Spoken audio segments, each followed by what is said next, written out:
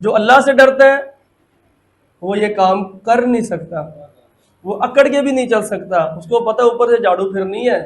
कहता है कि जिस फर्म में, जिस कंपनी में, जिस ओहदे पे मैं काम करता हूं ना, उनको तो मैं कहां से कहां पहुंचा देता हूं, लेकिन अपनी औकात भूल जाता हूं, अपनी वैल्यू भूल जाता हूं, मैं जल के राख हो जाता हूं। जब उसका बस चले एक थोड़ी सी चिंगारी लगाता है और मेरा वजूद खत्म कर देता है।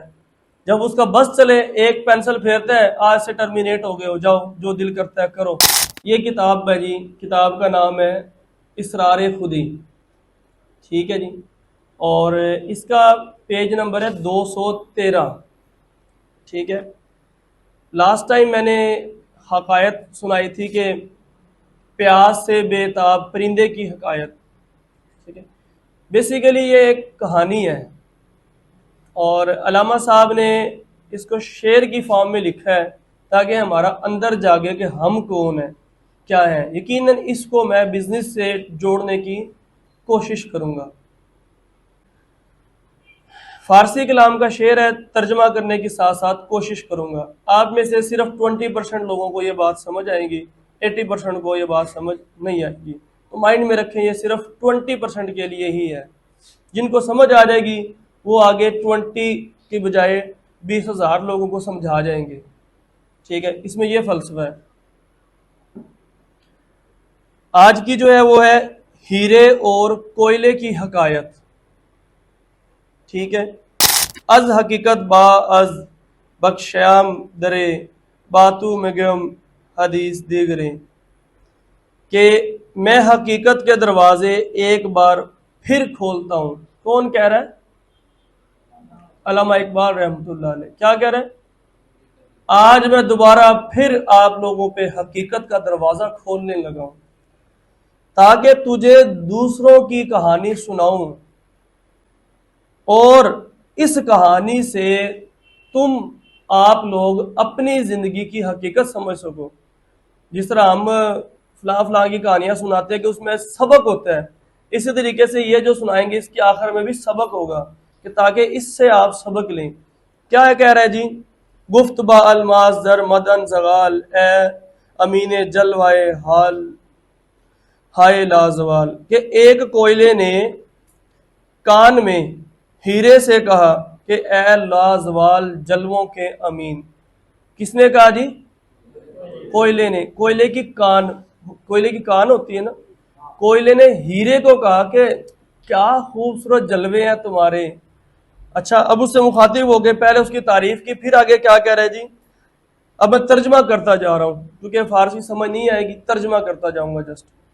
कहता है कि हम दोनों हमदम हैं और हमारी जिंदगी यकसा है, कि हम एक ही जगह तो रहते हैं, एक जैसी जिंदगी है, लेकिन जहां में हमारे वजूद की असल भी एक जैसी है।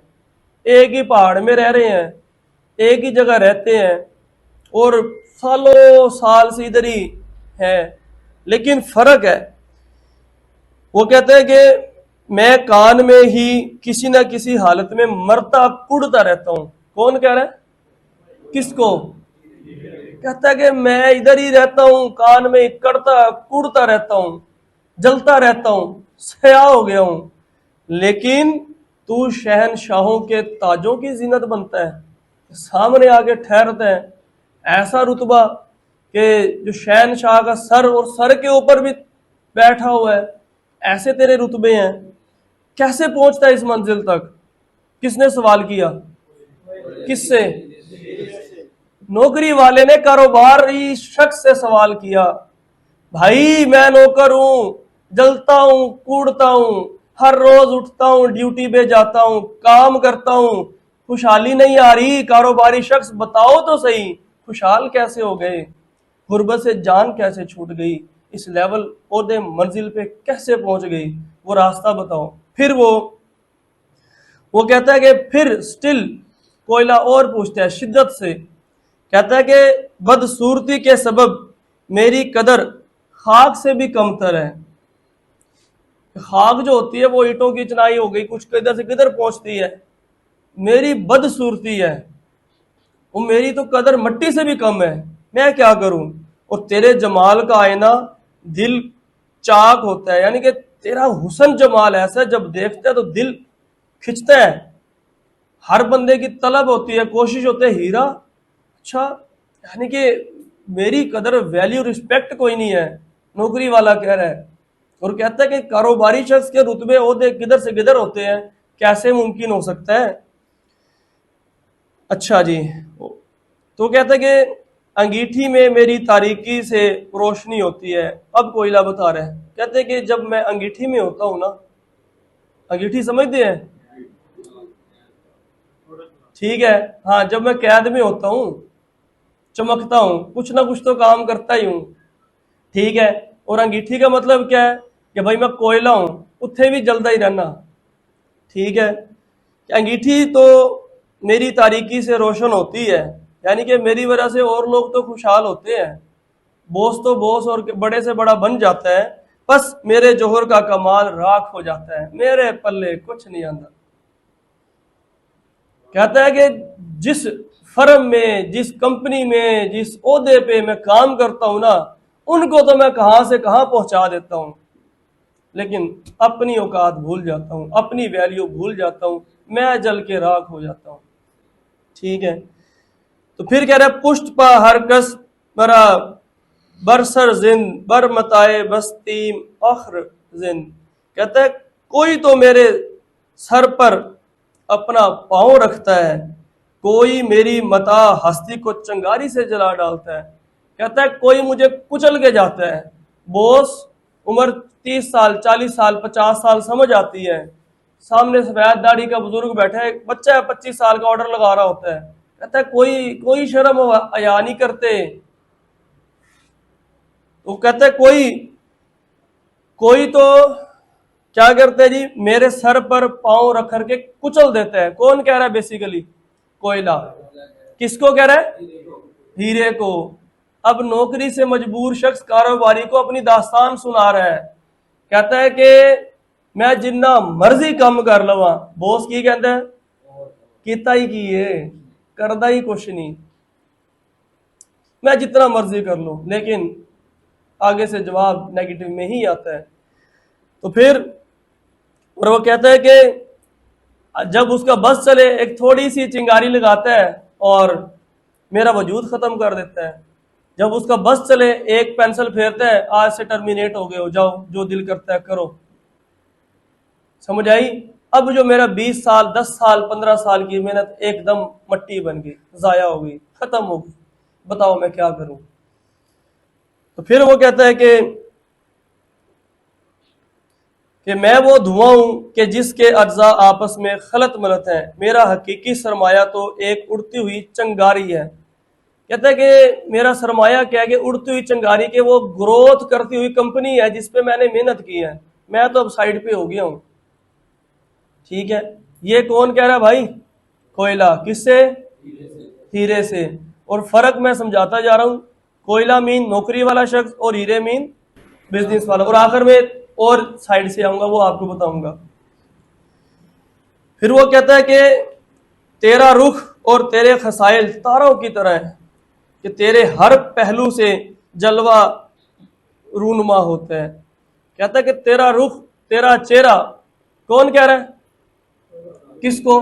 कहता है कि तेरा कोई भी रुख हो, कोई भी डायमेंशन हो, कोई भी डायरेक्शन हो, जिधर से भी देखे सितारों की तरह चमकता हुआ नजर आता है, खुशबाश नजर आता है, बड़ा मुतमईन नजर आता है। क्या वजह है? ऐसा क्यों है? और जिधर से देखो बड़ा आंखों में खुशनुमा, मखलूक के लिए फायदामंद।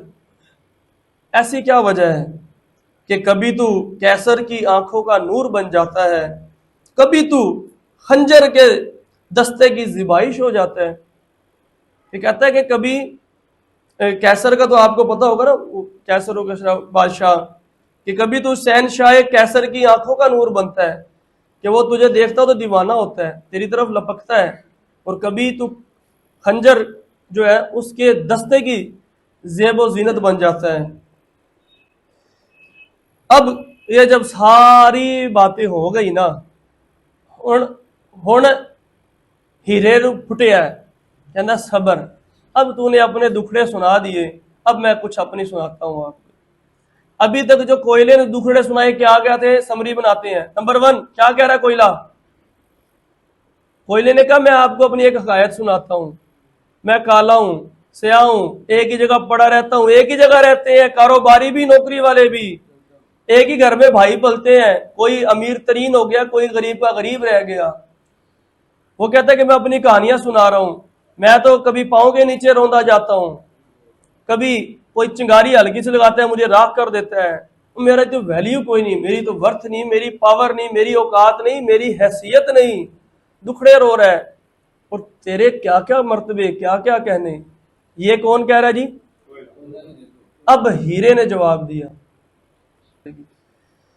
अब हीरे ने कहा कि ए नुक्ता चीनी करने वाले दोस्त, मुफ्त अलमास ए रफीके नुक्ता बीन, तेरा खाक अज पुख्तगी गर्दन नगी। क्या कह रहा है कि हीरे ने कहा ए नुक्ता चीनी करने वाले दोस्त, तारीक मट्टी में जब पुख्तगी आती है तो वो नगीना बन जाता है। तारीक मट्टी, कम तरीन मट्टी, हाइट पे नहीं है, लगा हुआ है किधर, लेकिन देखो उसका मर्तबा उस पहाड़ से हजारों गुना बुलंद है। कुछ पॉइंट समझ आ गया? इसका मतलब क्या है कि भाई कुछ कर लो। कि उसके बाद ये तमाम सुर्ख और सफेद इंसानों की बोसागा है, चाहे गोरा है, काला है, स्याह, कोई भी है, वो तूरे सीना को जाके नहीं चूमता, हजरे अस्वद को चूमता है। निस्बत हो गई ना, ठीक है। तो फिर अलामा साहब आखिर में, आखिरी शेर में क्या कह रहे हैं, निचोड़ बता रहे हैं, जिस तरह पूरी स्टोरी का नतीजा। निचीदा क्या है? दर सलाबत आबरूए जिंदगी आस्त, ना तवानी ना कसी ना पुख्तगी अस्त। क्या कह रहे हैं कि जिंदगी की आबरू सख्ती की वजह से है, कि जिंदगी का मजा लेना है तो सख्तियां बर्दाश्त करो, जिंदगी का मजा, जिंदगी इंजॉय करनी है तो सख्तियों में उतरो। फिर कमजोरी और बेचारगी नापुख्तगी की वजह से है। जो गुर्बत है, जो बेचारगी है, जो बेहिसी है, वो किस वजह से है? नापुख्तगी की वजह से है। लिहाजा जिंदगी की इज्जत और आबरू सख्ती की वजह से ही है। कमजोरी और बेबसी नापुख्ता होने के सबब है। यानी आप अपने आप को मजबूत और सख्त गिर बना, जब ये बना लोगे तो फिर जिंदगी में बुलंद मुकाम हासिल करोगे। ये यहाँ पे आज की जो स्टोरी जो है ना खत्म होती है। क्या आखिरी शेर है जी? आखिरी शेर ये बता रहे हैं कि आपकी जो गुर्बत है, जो बेचारगी है, या जो माशी बदहाली है, या डिसीजन मेकिंग पावर नहीं है, वो किस वजह से है? कि आप कमजोर और लाचार हो, आप में फैसला लेने की कुव्वत नहीं है। फैसला ले लो और हीरा बन जाओ, नहीं तो वक्त आएगा या तो लोग आपको चिंगारी से जला देंगे, या कोयले की कान में ही पड़े रहोगे, उधर ही पड़े पड़े राख हो जाओगे, या किसी अंगीठी में जल के राख हो जाओगे। ठीक है, तो या फिर हीरा बनना है तो उसके अंदर से पुख्तगी लेनी है।